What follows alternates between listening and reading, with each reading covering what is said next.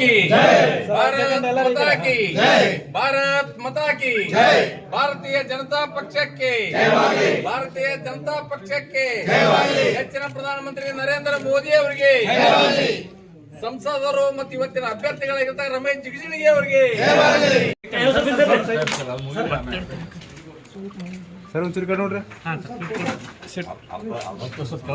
ಸಂಬಂಧಪಟ್ಟ ಹಾಗೆ ಇವತ್ತು ನಾವೆಲ್ಲರೂ ಕೂಡ ಕಾತರದಿಂದ ಕಾಯ್ತಕ್ಕಂಥ ಕರ್ನಾಟಕ ಲೋಕಸಭೆಗೆ 28 ಲೋಕಸಭೆಗಳ ಪೈಕಿ 20 ಲೋಕಸಭಾ ಕ್ಷೇತ್ರಕ್ಕೆ ಭಾರತೀಯ ಜನತಾ ಪಾರ್ಟಿ ಇವತ್ತು ಅಭ್ಯರ್ಥಿಗಳನ್ನು ಘೋಷಣೆ ಮಾಡಿದೆ.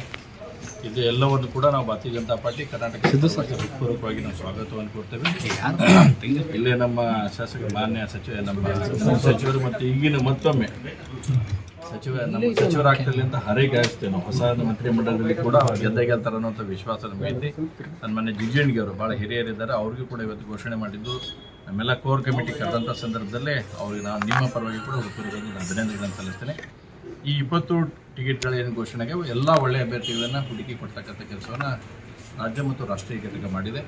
ಎಲ್ಲರೂ ಕೂಡ ನಮ್ಮದು ಒಂದೇ ಲಕ್ಷ್ಯದೆ ಅಬ್ಕಿ ಬಾರ್ 400 ಪಾರ್ ಅನ್ನೋಂಥದ್ದು ಕರ್ನಾಟಕದಲ್ಲಿ 28ಕ್ಕೆ 28 ಲೋಕಸಭಾ ಕ್ಷೇತ್ರಗಳನ್ನು ಗೆಲ್ಲಬೇಕು ಅನ್ನೋಂಥ ವಿಶ್ವಾಸದೊಂದಿಗೆ ನಾವು ಈಗಾಗಲೇ ಕಾರ್ಯಪ್ರವೃತ್ತರಾಗಿದ್ದೇವೆ. ನಮಗೆ ವಿಶ್ವಾಸ ಇದೆ 28ಕ್ಕೂ 28 ಲೋಕಸಭಾ ಕ್ಷೇತ್ರಗಳನ್ನು ಭಾರತೀಯ ಜನತಾ ಪಾರ್ಟಿ ಮತ್ತು NDA ಜನತಾದಳ ಹಿಡ್ಕೊಂಡು ನಮ್ಮ ಜಿಲ್ಲೆ ಕರ್ನಾಟಕದಲ್ಲಿ ಕೂಡ ನಾವು ಅಲೈನ್ಸ್ ಮಾಡ್ಕೊಂಡಿದ್ದೇವೆ. ಎಲ್ಲ ಕ್ಷೇತ್ರಗಳಲ್ಲಿ ಜಯವನ್ನು ದಾಖಲಿಸೋಣ ಅಂತ ವಿಶ್ವಾಸ. ಟಿಕೆಟ್ ಮಿಸ್ ಆಗಿದೆ. ಅನೌನ್ಸ್ ಮಾಡ್ಯಾರ ರಾಷ್ಟ್ರೀಯ ನಾಯಕರುಗಳು. ಇದ್ರ ಕ್ರೆಡಿಟ್ ಎಲ್ಲ ನನ್ನ ಪಕ್ಷದ ಕಾರ್ಯಕರ್ತರಿಗೆ ಹೋಗಿ, ಇದರಲ್ಲಿ ನಂದು ಏನೇನೂ ಪಾತ್ರ ಇಲ್ಲ. ಪಕ್ಷದವರು ನಾ ಮೊದಲು ಹಿಡಿದು ನಿಮ್ಮೆಲ್ಲರಿಗೂ ಹೇಳ್ಕೊಡ್ತಾರೆ, ಪಕ್ಷ ಟಿಕೆಟ್ ಕೊಟ್ಟರೆ ನಾನು ನಿಂದಿರ್ತೀನಪ್ಪ, ಇದ್ದಿಲ್ಲ ಅಂದ್ರೆ ಪಕ್ಷದ ಕೆಲಸ ಮಾಡ್ತೀನಿ ಅಂತ ಮೊದಲಿನಿಂದ ಹೇಳ್ಕೊಂಡಿದ್ದೀನಿ.